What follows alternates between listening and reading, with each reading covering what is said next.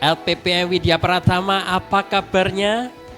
Solid dan maju. Wah, kayaknya belum kompak nih ya. Sekali lagi ya. LPPM Widya Pratama, apa kabarnya? Solid dan maju. Ya, tepuk tangan untuk kita semuanya. Terima kasih sudah melakukan yel-yel secara semangat ya. Artinya kita siap, artinya kita mau mulai dengan semangat yang baik dalam level up hari ini. Yang setuju dengan saya boleh katakan yes bersama-sama. Yes. Ya.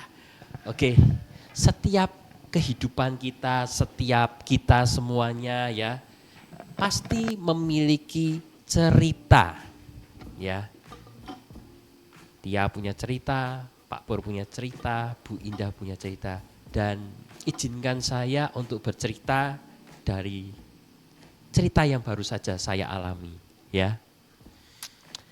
Jadi di seminggu yang lalu anak saya itu bibir bagian rahang bawahnya itu selalu digini-ginikan, dimajukan nih. Saya bertanya ke anak saya, tolong dibiasakan jangan gitu-gitu toh, aneh gitu loh, ya kan? Habis gitu gini lagi. Gitu. Saya merasa, loh jangan gitu, nanti jelek kalau mukamu gini jelek, aneh. Gini lagi, nanti balik lagi gini lagi. Saya tidak tahu kan apa yang dia rasakan saat itu, ya. Nah, kemudian 3 hari yang lalu, saya melihat gigi anak saya agak miring. Tuh, kamu jatuh. Antara gedek dan mantuk. Anak kecil mungkin belum bisa memikirkan, mungkin jatuh sedikit dianggap jatuh. Tapi kan jatuh kecil mungkin ya enggak membuat gigi miring, ya kan. Gigi kamu miring itu, aku bilang gitu kan. Masa penggang besar gitu? Lihat di cermin, lihat.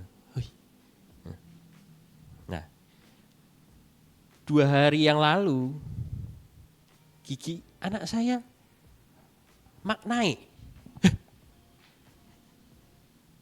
Coba sebentar, tak lihat. Kok goyang? Terus ya saya dengan istri saya kan mulai bingung ya, sebagai orang tua yang anaknya pertama kali giginya goyang. Ya setelah dipikir-pikir dari pengalaman kami kecil itu, apakah kita mulai ganti gigi itu di usia 5 tahun ya? Berpikirnya begitu kan? Kemudian ya kebetulan ada sekarang Google, ChatGPT semua membantu. Ternyata memang betul di usia 5 tahun itu mulai ada penggantian gigi. Nah, setelah itu cari tahu, ya kan? Anak saya setiap makan, sekarang makannya jadi sedikit karena merasa terganggu, giginya goyang. Jadi kalau ngomong aja gini, enggak enak gitu ya. Karena goyang ya. Jadi makannya sedikit, ya. Jadi mulai agak begitu rewel, ya. Kemudian kita cari tahu, kamu apa mau ke dokter gigi aja? Ya, akhirnya kita memutuskan ke dokter gigi, mencari dokter gigi anak yang bukanya sore. Karena kebanyakan dokter gigi itu biasanya praktek cuman sampai jam 5 gitu ya. Kita dapat klinik yang sampai sore jam 8 malam. Ya. Nah, akhirnya mau anak saya karena terganggu dengan giginya ya. Nah, tantangan berikutnya adalah dengar suara anak menjerit-jerit di klinik tersebut. Sampai anak saya bilang, ada kakaknya anak yang jerit-jerit itu, adik kamu kok nangis-nangis dari tadi kenapa gitu kan. Anak saya bilang gitu, kakaknya yang main bareng itu bingung. Oh iya gitulah ya. Terus habis itu anak saya dipanggil. Ayo masuk. Ya kan? Setelah masuk mulai aduh takut. Sampai di ruang dokternya ya, sudah ada film TV Doraemon gitu, tapi tetap nggak takut gitu ya. Ya sampai kayak gitu itu, sampai harus dipangku sama mamasnya ya, dipangku gitu. Terus cuman dicek, oh ini sudah mulai oglek yang ini, yang sini juga. Tapi sebentar lagi mungkin yang ini akan lepas. Nah, gak jadi dicabut di dokter itu karena pasti akan lepas sendiri, dokternya bilang gitu. Ya kalau mau dicabut ya mau, enggak apa-apa, silahkan. Nah, anak saya suruh milih mau dicabut sekarang apa nanti. Kalau sekarang nanti cabut gigimu nanti enggak keganggu lagi makannya gitu, ya kan. Terus memilih tidak dicabut. Terus dapat good job sama dokternya sama suster-susternya. Kemudian disuruh milih hadiah, mainan, ya, dapat mainan kesukaannya dia, ya, dapat mainan kesukaannya dia, akhirnya pulang dan berkata, besok lagi ke dokter gigi mau ya? Ya itu ya, akhirnya happy ending, besok lagi kalau ke dokter gigi mau ya. Nah seperti itu sekilas story dari yang saya alami baru saja. Setiap teman-teman pasti juga punya cerita ya, tapi nanti kita akan praktek ya. Nah kalau tadi saya cerita itu pasti teman-teman banyak yang nangkep. Coba dari Ci Indah mesti banyak yang nangkep. Ceritanya gimana Bu Indah? Coba pakai mic.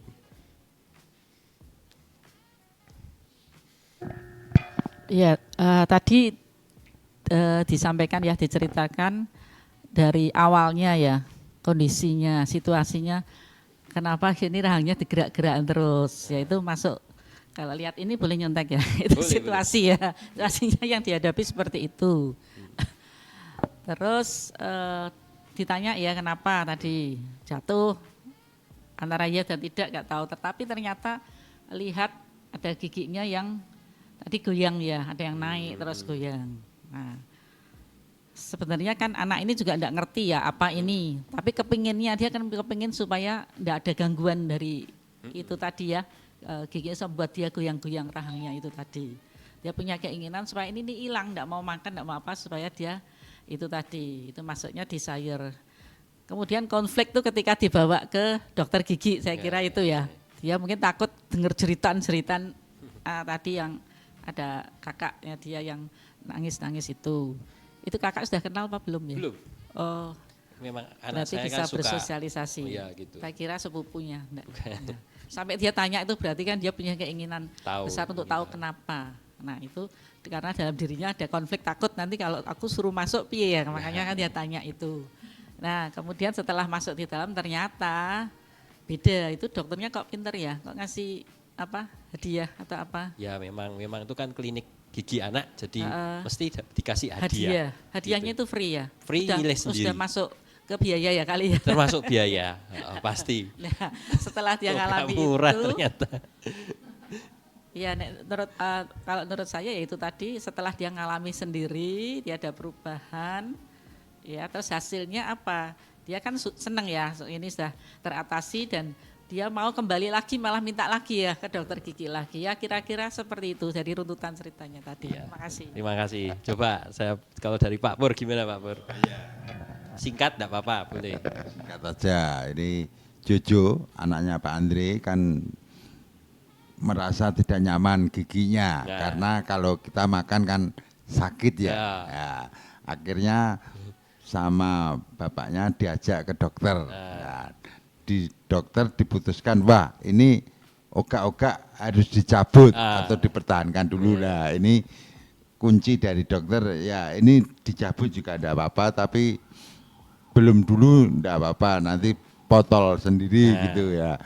Nah, itu terus anaknya Pak Jadi, oke, nunggu aja terus kasih hadiah. Ya, ini yang menarik karena apa, setelah dikasih hadiah, kalau mau diajak ke dokter lagi, oke, siap gitu aja. Ya, gitu karena proses untuk penyembuhan itu seperti itu yang gitu. Terima kasih Pak Pur. Kak Tia juga mau menyampaikan, coba.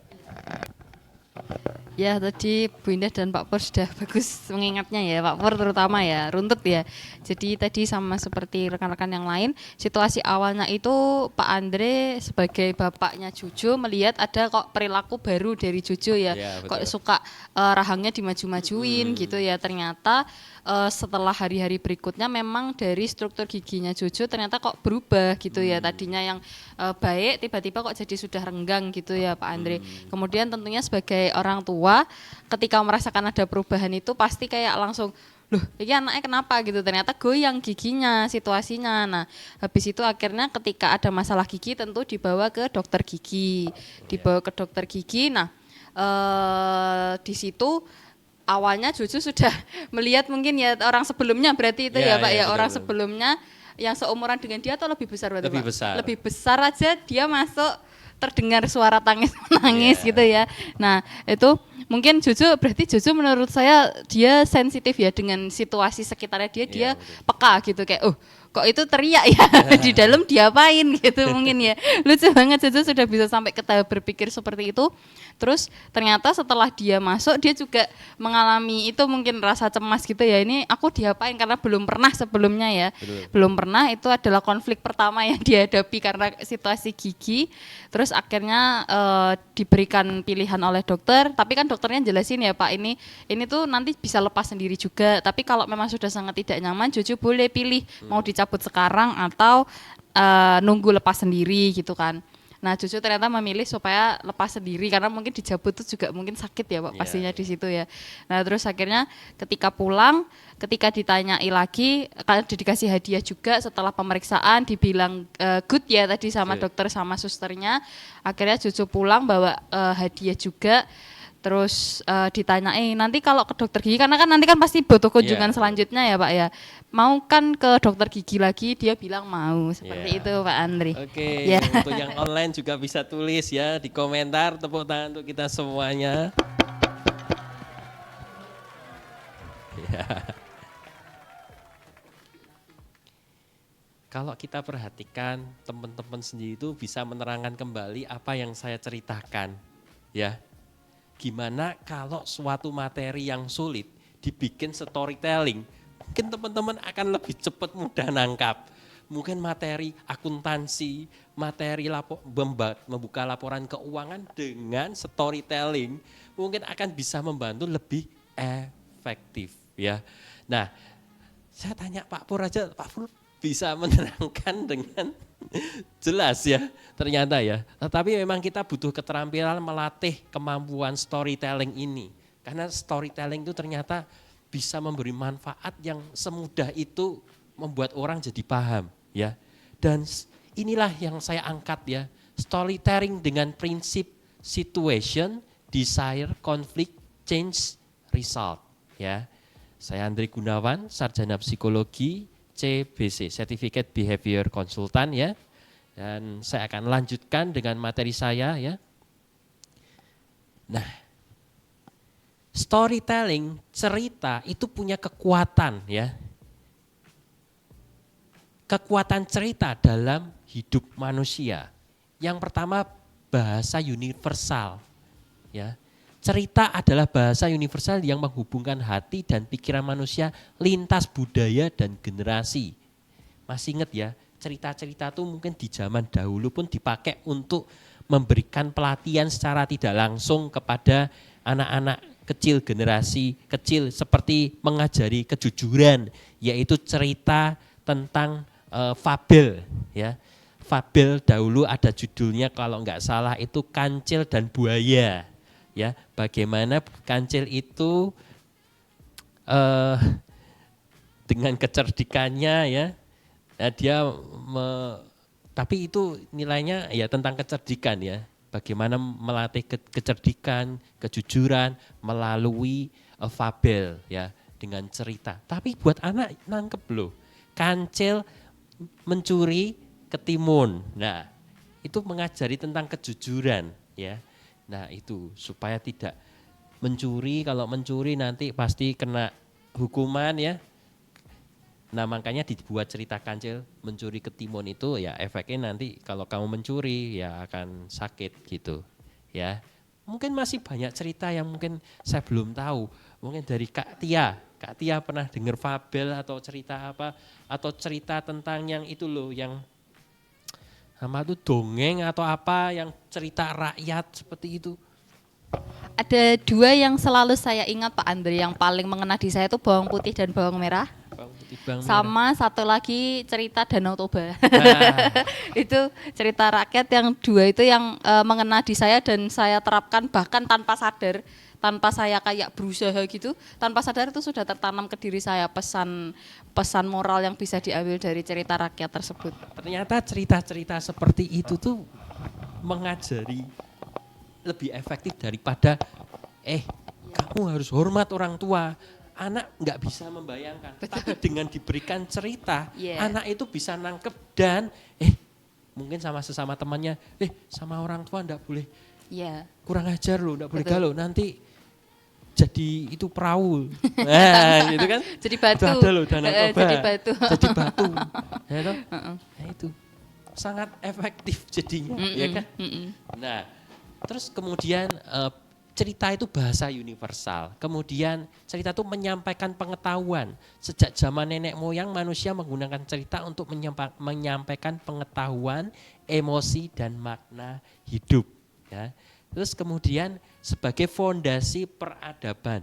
Setiap peradaban besar lahir dari cerita-cerita yang kuat dan menginspirasi. Ya, seperti tadi fabel, dongeng, cerita rakyat. Ya. Itu tentunya akan menginspirasi, memberikan, menanamkan buat sesuatu nilai yang langsung cep gitu ya. Daripada kita menggunakan bahasa teori itu malah enggak nangkep. Tapi menggunakan bahasa cerita, wow, semudah itu ternyata ya. Tetapi memang kita harus latih kemampuan storytelling ini ya. Saya juga sedang melatih waktu membuat materi ini, saya latihan juga. Nah, prinsipnya menggunakan SDCCR, formula cerita yang sempurna atau frameworknya storytelling, salah satu framework storytelling yaitu SDCCR. Apa itu? S itu situation, D-nya desire, C-nya conflict, C-nya change, R-nya result. Ya. Bahkan prinsip SDCCR ini digunakan di dalam perfilman Hollywood atau film-film drama seperti itu untuk membuat orangnya tegang terus pengen tahu gitu kan. Nah itu bahkan saya dulu zaman kecil tuh suka melihat Kesatria Baja Hitam dan juga Sailor Moon. Ya kalau teman-teman gen seperti saya, gen milenial mungkin tahu Kesatria Baja Hitam dan RX ya itu ya. Jadi setiap Kesatria Baja Hitam itu selalu situasi ini jadi gini di awal. Ceritanya damai dulu, enggak ada apa-apa ya. Kemudian muncul monsternya yang mulai mengganggu kemanusiaan itu ya, mengganggu kedamaian manusia. Monsternya punya kekuatan tertentu ya toh. Kemudian si Kotaro Minami hadir ya. Inginnya kan tetap damai ya, desire-nya. Nah datanglah Kotaro Minami melihat situasi itu ya. Kemudian Kotaro Minami melihat situasi itu berkelahi dulu ya toh. Terjadilah namanya konflik ya. Berkelahi dulu secara manusia yang belum menjadi kesatria itu kalah. Biasa kalah, konflik, kalah ya.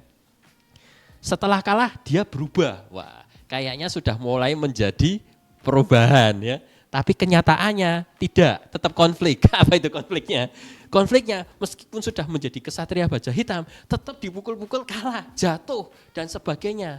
Tetapi pada akhirnya setelah kalah, kesatria baja hitam menggunakan senjata pamungkasnya, yaitu pedang matahari atau mungkin tendangan tanpa bayangan, cas langsung, terjadilah risau. Akhirnya monsternya mati. Seperti itu, dan seri-seri berikutnya sama, modelnya begitu. Dan selalu menarik untuk diikuti gitu ya. Kenapa gitu? Padahal cuman modelnya begini nih ya. Ya sama, mungkin gambarannya seperti itu ya, saya akan terangkan ya. Situasi itu menggambarkan keadaan awal yang relate dengan audiens. Kenapa harus relate? Supaya nyambung. Kalau nggak relate sama audiensnya nanti nggak nyambung ya, nggak bisa connect nanti audiensnya. Kemudian desire menunjukkan apa yang diinginkan karakter utama. kok tadi kesatria baja hitam kan ingin kedamaian itu kembali ada gitu ya. Nah, konflik itu menghadirkan tantangan dan hambatan yang harus dihadapi, monster tadi ya. Kemudian change, momen transformasi di mana karakter berkembang dan berubah tuh menjadi satria baja hitam tadi ya. Kemudian tapi tadi saya cerita, saya balikan lagi, konflik lagi. Karena ini cerita tuh bisa balik-balik gini. Supaya orang tuh penasaran. Kalau lihat sinetron Indonesia tuh biasa gitu kan. Deng deng deng deng. Jeng jeng jeng jeng terus diiklankan dulu, ada iklan. Aduh. Kita penasaran ini piye. Piye kok akhirnya sidone gitu. Sidone gelasnya tiba ora. Sedine gelasnya jatuh apa enggak? Masih deng deng deng deng deng deng. Habis iklan lagi. Deng deng deng deng. Deng deng deng deng. Akhirnya gelasnya jatuh. Der. Aduh, akhirnya ikut juga gelasnya. Nah, kayak gitu. Jadi dibuat kita tuh tegang di sini nih, ya. Luar biasa itu. Ini storytelling itu frameworknya bagus ini. Kemudian baru riset hasil akhir. Mau happy ending atau sad ending atau mau apa di sini kita buat. Nah itu ya. Sampai sini mungkin sudah ada menangkap sesuatu ya. Menarik? Yang menarik boleh katakan yes bersama-sama. Yes. Ya, tepuk tangan untuk kita semuanya ya. Saya lanjut ya. Nah, situation membangun fondasi cerita. Situasi yang kuat menciptakan koneksi emosional segera dengan audiens melalui pengalaman yang familiar. Jadi dibuat ini nyambung. Oh, kok familiar dengan kehidupan saya ya. Kok sesuai dengan pengalaman saya ya. Dibuat seperti itu. Situasi itu dibuat sama. Seperti contoh tadi, kenapa saya mengangkat kejadian anak saya. Pasti beberapa pernah ngalami. Mungkin Kak Tia belum punya anak tetapi pernah jadi anak kecil. Bu Indah sudah pernah punya anak, ya tahu kondisi itu. Pak Pur sama, pernah jadi anak kecil dan punya anak. Meskipun sekarang sudah besar, kok relate ya? Aku mungkin anak aku mulai mikir kan, di dalam benak Pak Pur mungkin berpikir, iya waktu itu saya juga gitu ya. Nah, jadi ini detail membuat audiens merasa berada di sana. Jadi nyambung di benaknya audiens itu nyambung. Nah, itu penting sekali ya. Situasi terbaik adalah yang universal namun spesifik. Sesuatu yang bisa dirasakan banyak orang. Ya. Jadi kenapa cerita itu bisa nyambung karena familiar dan universal ya. Itu. Nah itu kita mungkin perlu melatih itu ya. Materi accounting itu dibikin familiar dan universal itu gimana caranya. Kemudian kita lanjut ke desire. Di apa? Desire. Kalau tadi yang pertama apa? Situation. Yang kedua desire. Ya, desire ini mengungkap motivasi terdalam. Keinginan karakter harus jelas. Harus jelas. Harus kuat dan dapat dipahami oleh audiens dengan mudah. Desire yang efektif menggabungkan kebutuhan eksternal goal dengan kebutuhan internal need karakter. Jadi ini nyambung dengan hasil akhirnya, tetapi kebutuhan karakter tokoh utamanya itu mau ngapain gitu ya. Yaitu harapan, desire, hasratnya itu ya. Kalau tadi itu Kotaro Minami ingin perdamaian terjadi lagi, ya, karena ada monster loh, ingin perdamaian terjadi lagi. Nah itu, semakin universal desire tersebut, semakin kuat resonansinya dengan audiens, jadi nyambung dengan audiensnya. Ya. Boleh, pakai mic boleh. Mic-nya hidupkan dulu Pak. Baik, cerita yang tadi ditayangkan itu. Yang terakhir itu bukan masuk dalam kesimpulan dari cerita ini. Yang mana? Yang desire itu atau lebih ke kesimpulan. Ya, kesimpulannya gitu bahwa setelah ada konflik akhirnya konflik itu bisa diselesaikan dan orang yang membuat konflik itu meninggal akhirnya. Kesimpulannya kan terjawab. Belum. Bukan. Kalau belum. kesimpulan itu hasil akhir itu dirisal. Ini lagi harapannya tokohnya itu mau gimana? Oh iya. Itu, tokoh utama ini berharap mau bagaimana, gitu loh. Mengadakan perdamaian, Iya, iya. hasratnya ingin membuat damai. Belum Terjadi kesimpulan, lagi ya. seperti situasi awal. Oh iya. Jadi itu desire-nya, Desire. hasratnya, harapannya, seperti itu. Oh, baik. Tangkap ya? Ya. Oke. Ada lagi? Dah, terima kasih. Oke. Kita lanjut ke konflik ya. Nah ini konflik ini jantung cerita yang menarik. Karena ini jadi membuat hati kita berdebar-debar, penasaran, pengen nunggu gitu, hasil akhirnya gitu bagaimana gitu. Tapi selalu ada konflik ini yang membuat kita deg-degan. Ya. Bahkan kita kalau ngikuti sinetron, ayo jangan bodoh, ayo kamu harus cari lari gitu. Sampai yang nonton sampai segitunya itu loh. Bahkan kita lihat tinju, mungkin nonton tinju atau badminton itu ya, Thomas Cup atau Uber Cup itu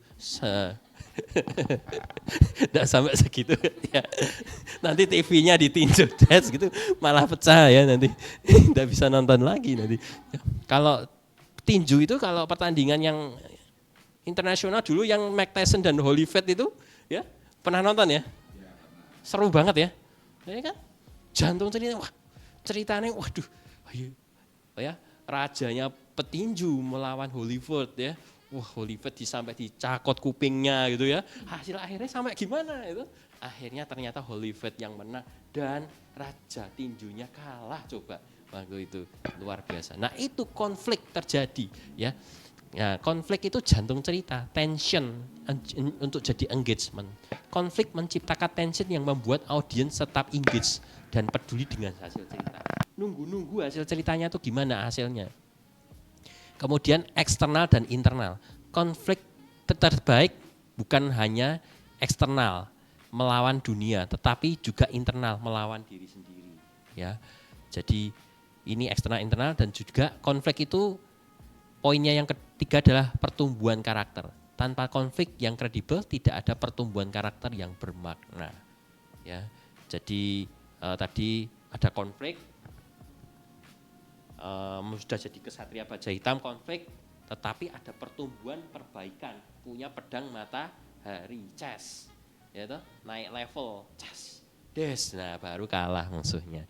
Kemudian klimaks dramatis, konflik harus meningkatkan secara bertahap sehingga mencapai klimaks yang dramatis. Jadi jangan terburu-buru, jagoannya langsung menang. Jagoan harus kalah dulu, gitu. Jagoannya kalah babak belur, baru nanti terakhir menang gitu. Ya, oke. Change, nah ini yang merubah ya. Momen transformasi yang menentukan.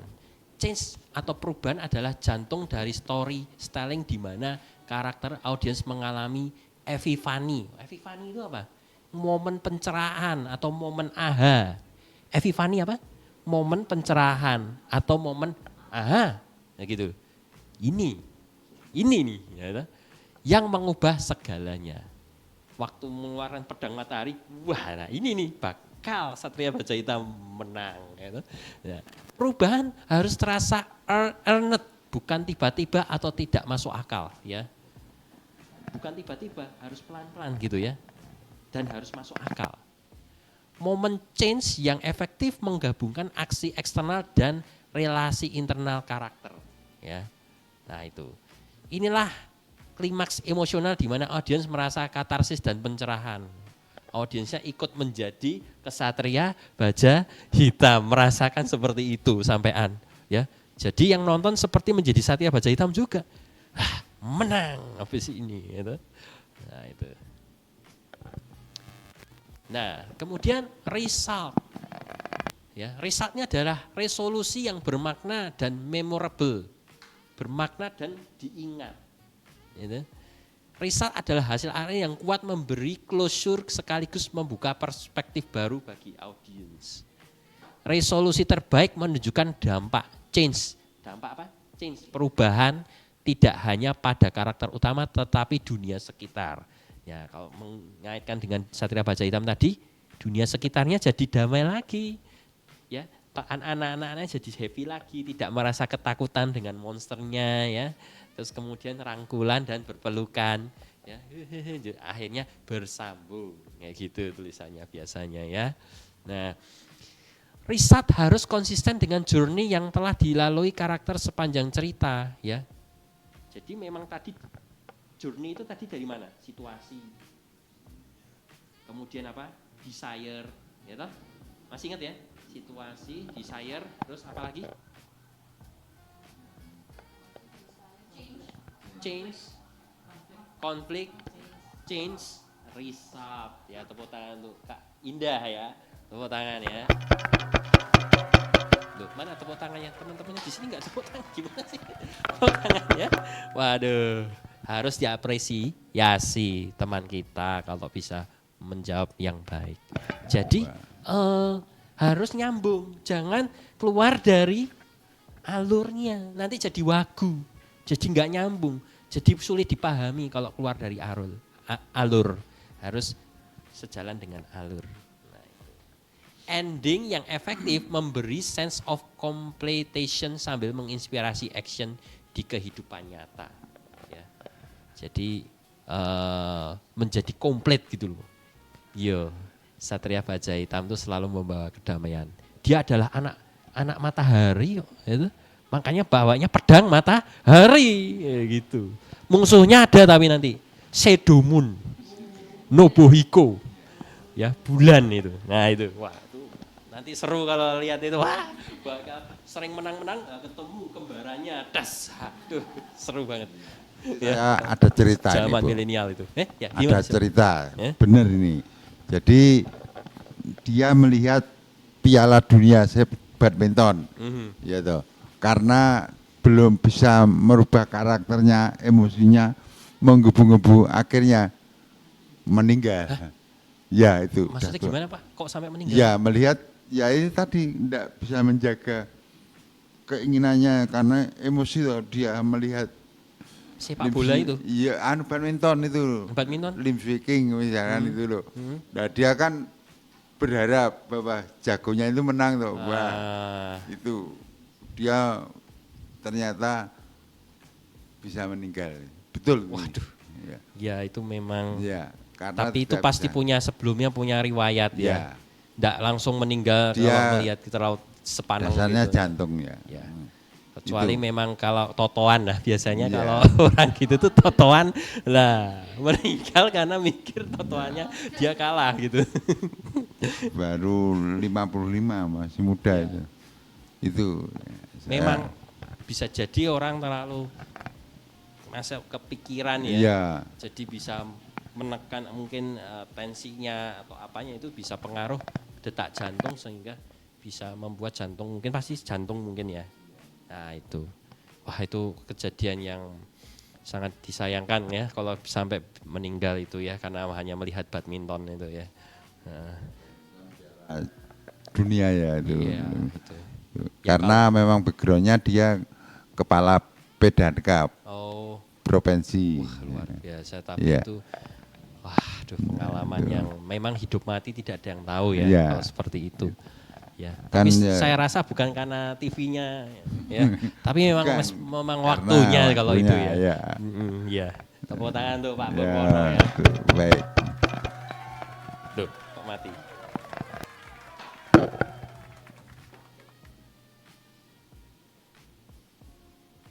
Ya. Ada lagi mungkin? Yang mau menyampaikan? Oh tidak ada, saya lanjut ya. Menerapkan SDCCR dalam berbagai konteks. Presentasi bisnis ya. Gunakan prinsip tadi itu untuk menjelaskan masalah perusahaan dan solusi yang ditawarkan. Ya. Jadi ini bisa buat presentasi loh. Storytelling itu bisa digunakan presentasi. Bahkan saya pernah lihat juga Coach Tian itu menggunakan storytelling untuk menutup. Ya, supaya memberikan gong. Supaya nangkep bawa ilmu kalau pulang. Nah itu, karena kan nerangkainya beberapa pakai teori, nah supaya mudah dipahami, akhirnya menggunakan storytelling. Kemudian marketing, ceritakan journey customer dari problem hingga transformasi dengan produk Anda. Nah itu yang pernah saya dapat dari Coach Hamri waktu itu ya. untuk membuat konten story yang tidak melulu produk, ya. Kalau teman-teman melihat itu ada ya, tidak melulu produk tetapi jadi solusi, customernya itu jadi pakai produknya itu jadi mendapatkan solusi seperti itu. Kemudian leadership, bagikan personal story yang menunjukkan growth, listen, learning. Ya, jadi artinya ini pertumbuhan kemampuan personal itu berkembang ketika mungkin dari junior kemudian bisa meningkat supervisor menjadi kepala cabang, itu akan menceritakan leadership yang nyata dibanding kita banyakkan teori.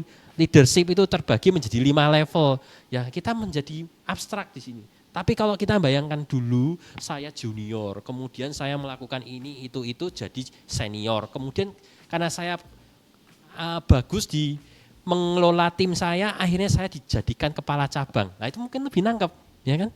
Daripada teori yang bahasa-bahasa aneh-aneh gitu, ya. Kemudian untuk pendidikan, transform konsep abstrak menjadi cerita konkret yang mudah dipahami para siswa dan siswi, ya.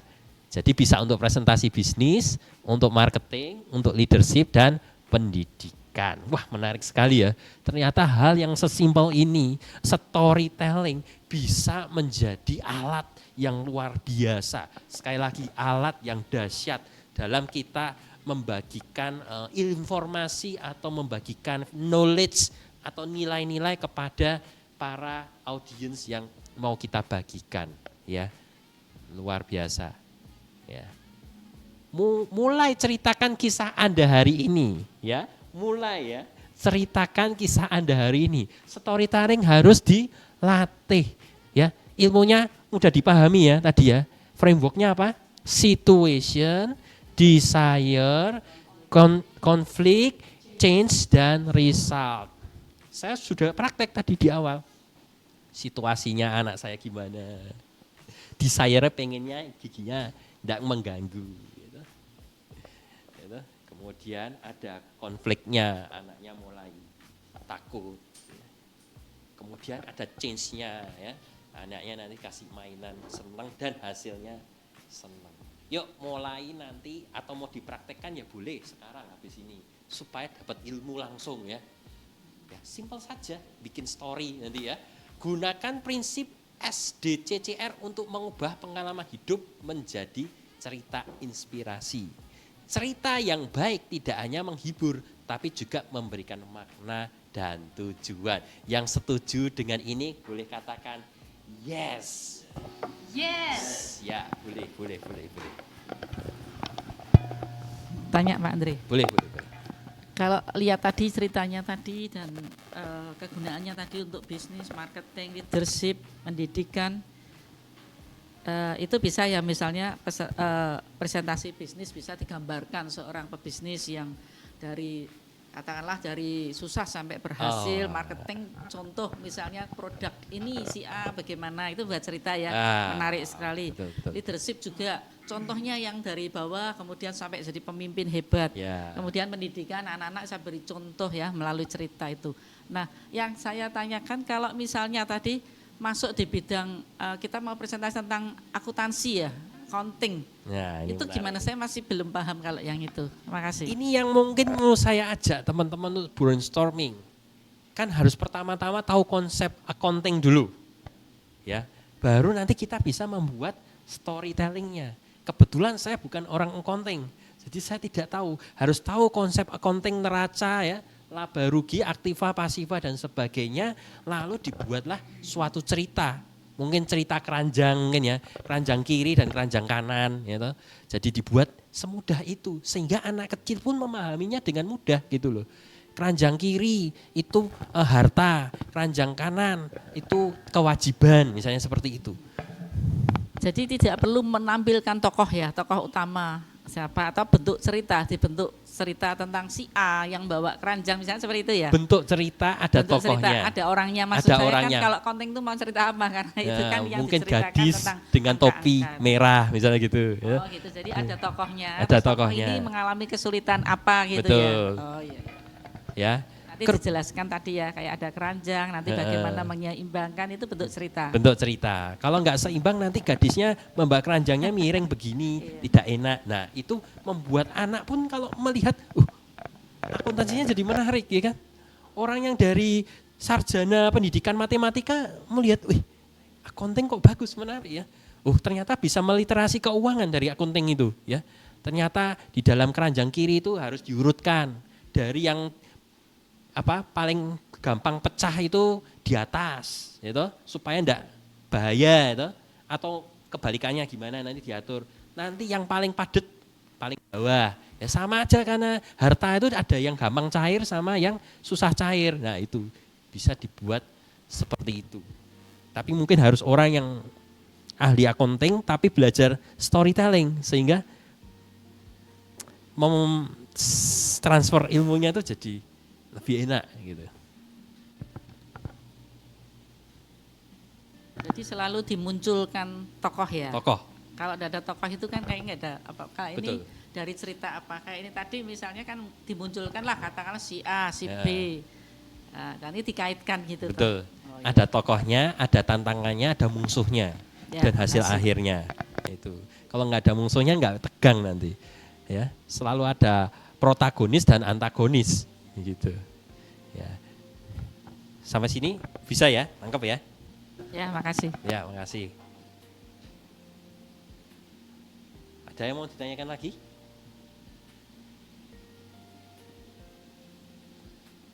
Kalau tidak ada, yuk kita praktek dulu ya. Nanti dari Kak Tia bikin cerita ya, saya berikan waktu sampai menit ke-7 itu ya. Kak Tia, Pak Pur, Bu Indah bikinlah cerita dengan framework seperti tadi itu. Supaya nanti setelah ini dapat ilmunya ya. Tuh, situation, desire, conflict, change, result. Silahkan Pak Pur gunakan alat tulisnya, buatlah cerita atau cerita Pak Pur sendiri. Situasinya waktu awal bagaimana, terus harapannya inginnya gimana, tapi kok ada konflik. Nah konfliknya bisa diatasi dengan apa dan hasilnya bagaimana. Sangat simpel. Ya, sampai menit ke-7 ya. Sambil dipus dulu enggak apa-apa, nanti kita rekam lagi Kak Tia. Oke, Pak Andre, saya ada pertanyaan. Boleh. Jadi result yang tadi kita bahas ya Pak ya, itu kan resolusi yang memberikan pelajaran bermakna bagi audiens. Nah, apakah result itu harus bentuknya itu adalah sesuatu yang bisa dilakukan oleh orang lain atau diduplikasi oleh orang lain agar mencapai keberhasilan yang mungkin hampir sama atau sama? Result harus bentuk yang seperti itu enggak Pak? Atau itu pada akhirnya result itu nanti jadi seperti apa ya, hasil pribadi yang ngefek ke saya aja yang mungkin belum tentu bisa diduplikasi ke orang lain, itu masih enggak apa-apa Pak, tapi yang penting ada resultnya. Atau result itu harus bisa diduplikasi oleh orang lain? Itu pertanyaannya sih Pak. Tergantung tujuannya.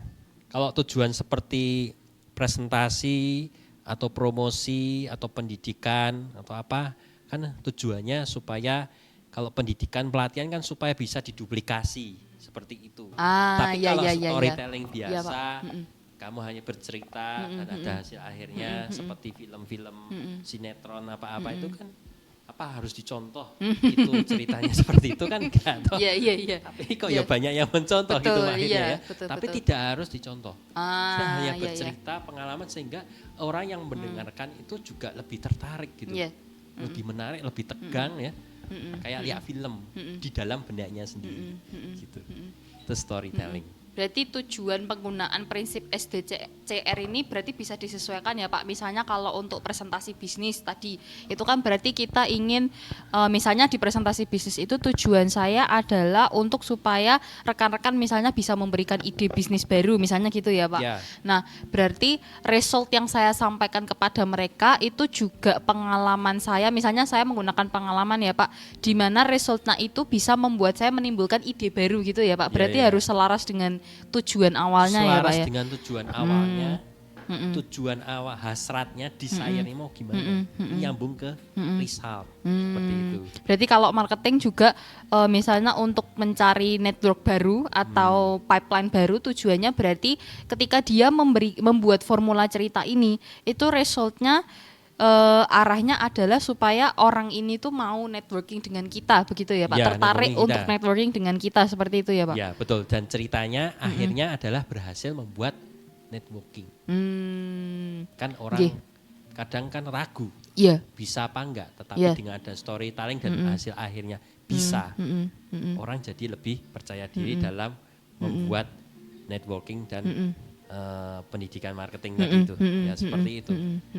Oke. Ya, Ya, ya. baik Itu Pak Andre. nyambung dengan pelatihan. Kenapa Iya. pelatihan perlu digunakan? Harus punya tujuan akhirnya mau gimana kan? Betul. Pengen marketingnya pintar jualan misalnya gitu. Iya. Pasti kan ada kan cari narasumber yang ahli pelatihan Iya. marketing kan. Betul. Nah, kan tujuan akhirnya mau meningkatkan kemampuan Marketing, marketingnya pasti betul. gitu kan. Iya. Nah, ya sama seperti storytelling. Pasti tujuan akhirnya ingin menanamkan sesuatu bahwa marketing itu mudah.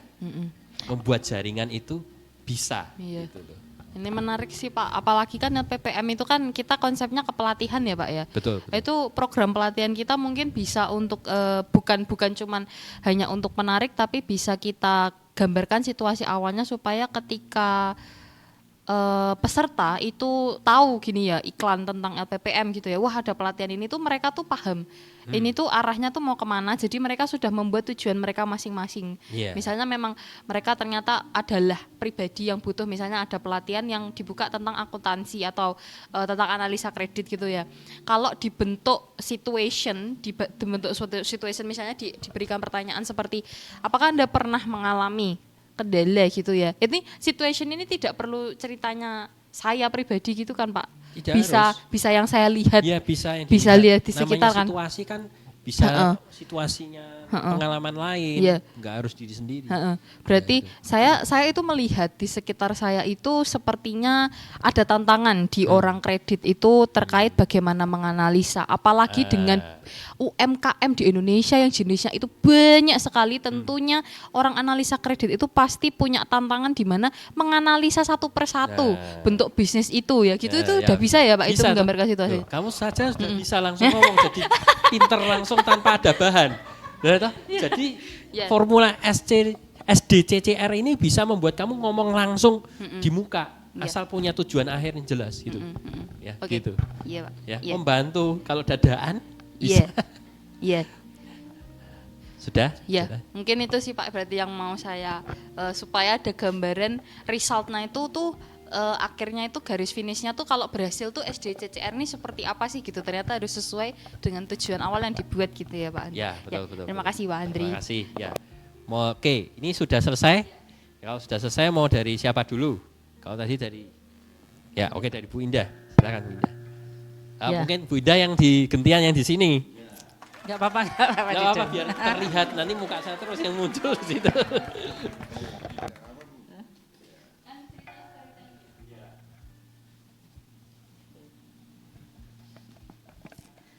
Ya ini bukan cerita yang kayak tadi ya tentang cerita yang ya menarik, enggak menarik saya enggak tahu, tapi ini pengalaman saya ya. Semoga dipahami. Dulu saya sudah berapa tahun yang lalu ya, saya memang masih bekerja waktu itu di bank ya. Saya itu dititipin orang itu satu dus itu isinya screwdriver, jadi delay. Itu barang import ya, satu dus isinya banyak delay tapi itu komplit dari semua ukuran, dari bentuknya, dari yang kecil sampai besar, satu set itu dalam satu dus. Terus waktu itu saya tawarkan, tapi jam istirahat tentunya ya, di luar jam kerja. Saya punya ruangan sendiri, banyak yang lewat, terus saya tanya, ayo siapa yang butuh ini ya gitu. Semua enggak, sudah punya, itu enggak ada sedikit pun yang mau lihat apa toh. Saya mbak satu, saya kasih meja, cuma lihat, oh enggak lewat-lewat. Nah situasinya kan gitu ya, menggambarkan keadaan awal itu, apa laku ya, keinginannya apa? Keinginannya saya enggak mengecewakan yang titip ke saya supaya ini laku, walaupun cuma separuh atau berapa. Kalau enggak laku sama sekali, cuma saya pikir ya udah tak beli sendiri aja satu, paling enggak satu laku. Tapi setelah itu ya saya ingin Mbok yo payu gitu ya, caranya gimana? Itu kan saya terus terjadi konflik ya, gimana caranya? Terus saya bilang, ada brosurnya enggak sama yang nitip saya? Oh ada, lupa, saya kasih brosurnya ya. Brosurnya menarik loh ya, iya dikasih brosurnya. Terus juga saya tawarkan kembali ya, jadi tadi konflik tantangan saya berusaha untuk hambatan itu, saya panggil teman dekat saya 2 orang, tak bilangi sini, ini ada barang mumpung lagi diskon 50% loh, harga 28.000 jadi 14.000, ini barang import, di sini belum ada. Kalau tadi yang lewat ada teman saya coba bilang, sudah punya, pasti beda. Ini barang baru, barusan Ipan lihat ini. Terus dilihat kan, mumpung diskon, nanti setelah dipasarkan diskonnya hilang. Kemudian juga yang ibu-ibu ya tentu saja bilang, itu urusan bapak-bapak, aku enggak ngerti kayak gini. Loh jangan gitu, kalau bapak pas pergi luar kota butuh-butuh, lihat ini, mulai saya buka. Itu kan baru ngomong buka. Saya buka satu-satu ya. Dijentrek gitu, dilihatkan, dijajarkan, terus ini lihat bentuk yang dari besar, yang kecil, bentuk yang miring begini, bentuk yang seperti kembang, semua kebutuhan rumah tangga. Kalau tidak ada suami ya, tidak ada laki-laki ya, cowoknya tidak ada di rumah, kamu bisa sendiri pakai ini, aku juga beli kok, ini kan titipan, saya bilang gitu. Oh iya ya benar juga ya, kadang aku butuh untuk apa, ngencengi apa-apa, kalau tidak ada suami kan repot, ini masukkan mobil juga bisa disimpan. Terus mulai satu, masih diskon loh ini, nanti besok ada diskon gimana, ya wes aku ambil satu, waduh mulai. Terus satu lagi, sekalian enggak, ditanyai, yang nanya bukan saya, teman, wes si Sandra, ya wes beli. Nah setelah itu ada yang lewat lagi, apa toh, beli sampai habis, akhirnya itu berapa hari habis. Nah itu kan berarti merubah ya, transformasi karakter saya yang dulunya apa laku, apa bisa, bagaimana caranya laku, gak pernah jualan seperti itu. Apalagi teman-teman ya pasti sudah punya di rumah, saya aja mungkin suami ada di rumah sudah punya. Tapi ini kan lain ya, produk lain, dan ini kita tekankan kelebihannya apa, terus harganya masih murah, kegunaannya apa. Nah disitulah konflik itu teratasi, kemudian terjadi perubahan. Saya mulai, oh ya kalau kita mau berusaha, mau kreatif, mau cari cara, ternyata bisa juga, dan hasilnya itu ya resolusinya memberikan pelajaran bermakna bagi ini kalau cerita kan dari saya ke audiens ya, seperti itulah kira-kira. Terima kasih ya. Tepuk tangan Bu Indah, luar biasa nih Bu Indah, menginspirasi ya bagi marketing ini ya untuk jualan yang tadinya ragu bisa jadi jualan ya dengan menggunakan SDCCR ini. Loh, saya nggak sadar sudah melakukan SDCCR ternyata Bu Indah ya, luar biasa ya. Sekarang Pak Pur, silakan Pak Pur.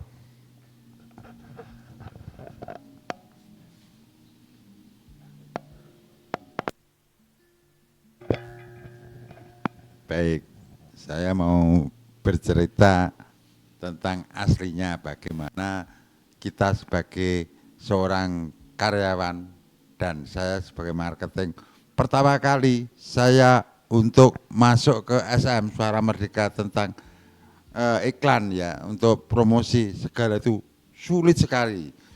Ya toh, dan itu sangar kalau kita masuk ke sana itu wah, ketoknya harus menghormati sekali. Nah, saya ketemu pertama kali adalah manajernya Pak Pulung, mahasiswanya Pak Pulung kan dosen di Undip juga dia. Nah, saya untuk minta diskon untuk iklan untuk media mas saja sulit sekali. Wah, itu yang saya ceritakan luar biasa. Saya sebagai marketing memang pandang bulu piye ya carane aku iso cedak karo sing duwe. Saya malah gitu, harapan saya malah bukan hanya manajer, bosnya langsung. Dekat sama yang punya sekalian, ya. Keinginannya, desire-nya. Ya, desire-nya lah. Saya akhirnya bisa ketemu dengan Bapak Hari Apandi, mungkin pernah dengar Pak Hari Apandi itu yang kuncinya di situ bahwa semua yang terkait dengan iklan yang besar-besar itu harus ACC dia, bosnya itu. Nah, setelah berbulan-bulan, bertahun-tahun malah saya kan tahun 90-an sampai tahun 2000. Nah, saya akhirnya ketemu dengan Pak Hari Apandi itu. Wah, luar biasa. Ternyata dia sangat familiar sekali Ya. dengan saya itu. Akhirnya apa yang saya harapkan itu tercapai, Pak. Ya. Sam- Konfliknya waktu itu apa, Pak? Konfliknya ya Konflik pertama change, sama ya. Pak Pulung itu saya tetap biasanya seorang marketing bagaimana supaya mendapatkan harga murah dalam promosi itu karena setiap bulan itu 2 kali saya iklan besar-besar tuh waktu itu. Nah, Yang dilakukan apa setelah itu yang dilakukan terus Pak Pur? Kok bisa setelah ketemu itu akhirnya yang dilakukan? bermasalah itu saya dilaporkan. Nah, akhirnya krungu dengan Pak Hari, akhirnya mana orangnya dipanggil. Nah, saya suruh menghadap. Itu Pak, itu. Nah, permasalahan yang ada itu akhirnya Ropo memang Anda harus saya bantu, malah gitu. Oh, gitu Nah, ya. akhirnya apa yang terjadi dalam media itu? Saya dapat iklan 80%, Pak. Nah, itu sampai bapaknya Pak Ari itu mengatakan akhirnya saya dibantu untuk promosi sampai 80% dan tidak hanya media yang kita iklankan di Suara Merdeka, ternyata saya malah di channel untuk mengembangkan Suara Merdeka sampai 15 orang disekolahkan, Pak, lewat saya. Wah, itu luar biasa. Luar biasa. Ya, sampai untuk S1-nya para manajer itu disekolahkan di tempat saya. Wah, itu luar biasa, itu rezeki. Iya. Nah, itu karena Rezeki anak soleh ya. Pak? ya kita komit sekali waktu itu ya. Sampai saya bisa menggait orang Suara Merdeka yang sangar seperti itu bisa memberikan kontribusi terhadap saya. Secara pribadi pun saya dipercaya dengan Pak Arya Pandi itu. Wah, itu sampai dia meninggal terakhir itu dia mengatakan ngejak jajan saya, makan saya itu. Itu menjadi hal yang positif. Itulah seorang marketing yang mumpuni. biasa, Ya, Pak itu. Pur. Ya. Ya, Terima kasih. Pak. kemenangan tuh Pak Pur ya. Luar biasa kisahnya ya. Kesulitan promosi ya malah membuahkan hasil ketemu langsung dengan pemilihnya itu ya yang memang kesulitan di awal pengen ketemu malah terjadi benar ya. Ya, oke. Silahkan Kak Tia selanjutnya.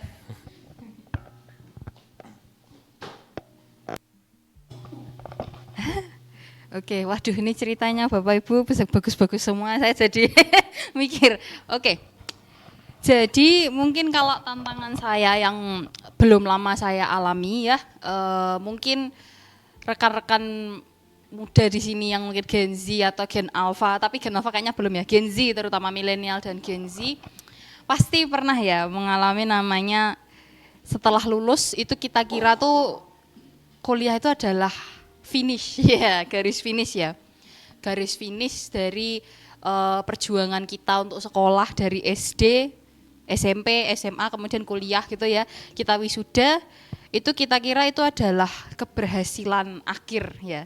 Tapi dari pribadi saya sendiri yang pernah berpikir begitu, ternyata itu malah awal, justru titik gitu, di mana kamu mulai harus berkecimpung tuh di masyarakat tuh justru garis mulainya adalah ketika kamu lulus dari kuliah. Jadi ketika selesai kuliah itu kan pasti dengan bentuk perekonomian saat ini itu kita diminta untuk jadi produktif dan bisa memiliki penghasilan sendiri gitu ya. Apalagi kita mungkin yang keluarganya menengah gitu ya, kelas menengah terus juga ke bawah itu pasti sangat relate dengan situasi ini di mana kita kalau bisa biaya jajan, biaya beli skincare, biaya beli baju itu kita menggunakan uang sendiri, tidak lagi minta orang tua karena orang tua perlu menyimpan dananya untuk keperluannya nanti ketika tua gitu ya. Pasti kita akan punya pemikiran seperti itu. Nah, situasi di mana kita itu harus mencari cara gimana supaya mendapatkan pemasukan itu ternyata itu garis startnya di mana yang jadi seru gitu ya. Setelah lulus kuliah tuh kita nggak bisa ongkang-ongkang aja gitu karena kejar-kejaran dengan usia gitu kan. Kita biasanya rata-rata lulus kuliah itu di usia sekitar 20 sampai 25-an lah ya yang untuk S1 gitu ya. Nah, itu pastinya kita merasa ada serunya gitu, wah aku akhirnya saya bisa cari kerja ya, aku sudah punya ijazah, aku bisa cari kerja gitu. Tapi ternyata dengan punya ijazah itu tidak menjamin kita tuh bisa langsung dapat kerja gitu ya. Mempunyai ijazah dengan IPK yang mungkin di atas 3 itu tidak menjamin langsung bisa dapat pekerjaan. Ada pepatah mengatakan mendapatkan pekerjaan itu jodoh-jodohan gitu ya. Itu jodoh-jodohan. Sama kayak ketika kita cari namanya itu pacar gitu ya, pacar atau calon di masa depan itu juga cocok-cocokan. Kadang ketika orang melamar kerja itu seperti saya kan lulusan S1 psikologi. Saya lulusan S1 psikologi. Tapi yang saya lihat kenyataannya lapangan pekerjaan untuk psikologi sendiri. Kalau yang saya tahu kan psikologi itu arahnya ke psikologi klinis, psikologi PIO untuk perusahaan dan organisasi, kemudian juga ada untuk psikologi pendidikan yang nanti arahnya itu ke sekolah. Jumlah lapangan pekerjaan pada waktu itu saya cari di sumber internet manapun itu jumlahnya dibandingkan dengan lulusan S1 psikologi ya itu terbatas sekali dan persaingannya berarti kan saya lawan S1 psikologi lainnya ya. Padahal di lowongan tersebut ternyata juga kedatangan anak dari jurusan lain yang tertarik ternyata untuk bekerja sebagai HR gitu ya. Misalnya kalau seringan tuh hukum, terus juga manajemen SDM gitu kan, itu kan pasti tertarik semua ya ke HR gitu. Jadi ternyata saingan saya itu bukan cuma anak psikologi, juga dari jurusan lain gitu. Jadi kebayang dong rasa tertekannya itu ya, padahal aduh tak kira sainganku memang psikologi tok, ternyata banyak sainganku dari jurusan lain gitu kan. Nah, jadi tapi keinginan untuk istilahnya keinginan untuk dapat pekerjaan itu kan pasti tinggi ya. Jadi kayak apalagi kita dikejar usia harus bisa berpenghasilan setelah itu tetap menjadikan jadi kayak desire-nya tinggi, tapi saya tahu di lapangan itu keadaan tuh seperti apa. Jadi kayak agak-agak ada rasa tertekannya gitu waktu cari kerja gitu ya. Tetapi yang membuat saya istilahnya tetap akhirnya sampai di posisi ini itu pada awalnya saya waktu itu kan langganan aplikasi Alkitab gitu ya, aplikasi Alkitab yang kadang-kadang dia itu ngasih kayak firman itu waktu itu kalau rekan-rekan tahu namanya sate, saat teduh ya, warung sate kamu ya kalau tahu itu warung sate kamu itu warung saat teduh gitu ya, karena saya Kristiani jadi saya istilahnya mengisi hari-hari saya juga dengan terlibat terus dengan Tuhan Yesus ya. Nah saya juga mendownload itu, kebetulan sekarang aplikasi Alkitab sudah banyak, saya downloadnya salah satu itu warung sate kamu, di mana selalu setiap harinya tuh akan dikasih kayak informasi renungan-renungan baru setiap hari itu. Jadi namanya warung sate kamu supaya mengingatkan setiap hari itu kamu harus saat teduh gitu ya. Nah disitulah saya menemukan di tengah-tengah COVID, di tengah-tengah lapangan pekerjaan yang sangat mengerikan waktu itu ya, kondisinya PHK di mana-mana, saya malah mau masuk gitu kan. Wong perusahaan pada ngurang-ngurangin karyawan kok saya malah mau masuk gitu kan. Kan itu kemungkinannya sangat kecil ya berarti ya. Nah di warung sate kamu itu firmannya mengatakan waktu itu kalau saya tidak salah ingat, Tuhan itu tidak akan memberikan kamu kayak istilahnya bahasa gaulnya tantangan ya, yang itu tuh sebenarnya itu melebihi kamu, itu tidak mungkin diberikan kehidupanmu. Tuhan itu sebaik itu sama kita, jadi kita akan diberikan ruang untuk bertumbuh, tapi tidak akan sampai kita tidak sanggup melakukannya itu. Jadi kalau ada tantangan, itu berarti kamu pasti sudah dipastikan oleh Tuhan, itu dipastikan loh, bukan cuman kayak kamu disupport gitu enggak, tapi dipastikan oleh Tuhan kamu itu bisa melewatinya. Cuman kamu harus punya ruang untuk bertumbuh sampai ke situ, enggak langsung jebret langsung dikasih sama Tuhan menangnya gitu ya, langsung dapat kerjaan gitu enggak. Tapi justru ruang prosesnya itu adalah yang membentuk kamu saat itu, ruang bertumbuhnya gitu. Jadi cara kita bagaimana nanti merepresentasikan diri ke perusahaan gitu ya, cara kita mencari pekerjaan yang cocok itu tuh ternyata menentukan pada akhirnya bisa dapat pekerjaan atau enggak gitu. Karena saya sebagai sekarang sudah kebetulan dapat rezeki itu, saya melihat banyak kaum muda itu yang apply itu ngawur gitu. Dia nggak tahu itu tugasnya apa, job description-nya apa, terus juga istilahnya asal aja ada lowongan aku apply gitu. Saya dulu gitu, tapi saya persempit. Jadi saya persempit ke bagian psikologi atau admin. Kemudian juga waktu itu saya sempat melamar untuk desain UI UX user experience itu ya. Jadi menilai bagaimana aplikasi itu bisa berguna enggak, maksudnya orang itu nyaman enggak pakai itu. Jadi UI UX gitu namanya waktu itu ya. Makanya saya sempat tertarik sama IT juga karena itu, karena saya sempat pengen bergelut di bidang yang nyebrang lah dari psikologi, yaitu IT ya. Nah, dari situ saya mulai merapikan diri saya supaya saya tuh siap kerja gitu. Jadi perusahaan kalau lihat saya tuh, ini anaknya siap kerja gitu ya. Lah itu kan harus ada usaha ya. Entah ikut pelatihan apa, ikut sertifikasi apa. Nah, akhirnya dari perjuangan itu saya malah jadi tahu, HRki permasalahannya di lapangan tuh seperti ini toh. Jadi saya nggak akan mungkin bisa dapat pekerjaan HR kalau saya aja nggak tahu masalah di HR itu apa toh. Lah kalau saya nggak pernah tahu masalah di dunia HR, gimana saya mau melamar pekerjaan tersebut gitu kan. Nah jadi seperti itu. Itu mungkin yang akhirnya membawa saya ke tempat ini, ke LPPM Widya Pratama, di mana saya bisa jadi di passion saya, di bidang HR gitu ya, result saya gitu. Jadi mungkin itu kalau yang ingin saya promosikan kepada rekan-rekan adalah kenapa kita tidak bisa mendapatkan hasil secara langsung itu adalah karena kita harus punya ruang untuk bertumbuh ke arah situ. Kita jangan berharap langsung dapat hasil segitu juga kayak tadi Bu Indah dan Pak Pur pun nggak bisa langsung menjual gitu ya, nggak bisa langsung dapat diskon 80% kalau tidak ada ruang bertumbuhnya, tidak ada pembelajarannya. Seperti itu. Itu mungkin dari saya. Terima kasih. Oke, tepuk tangan untuk Kak Tia ya.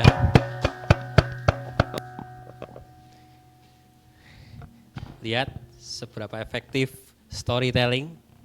Bahkan Kak Tia bisa menceritakan lagi ceritanya Bu Indah, Pak Pur ya. Ya saya juga akan simpulkan dari ceritanya Kak Tia. Jadi pergumulan tentang pekerjaan ya. Dan harapannya ya ingin kerja tentunya. Kemudian konfliknya ya tadi ya. Ternyata tantangannya banyak yang lama selain dari jurusan psikologi ya.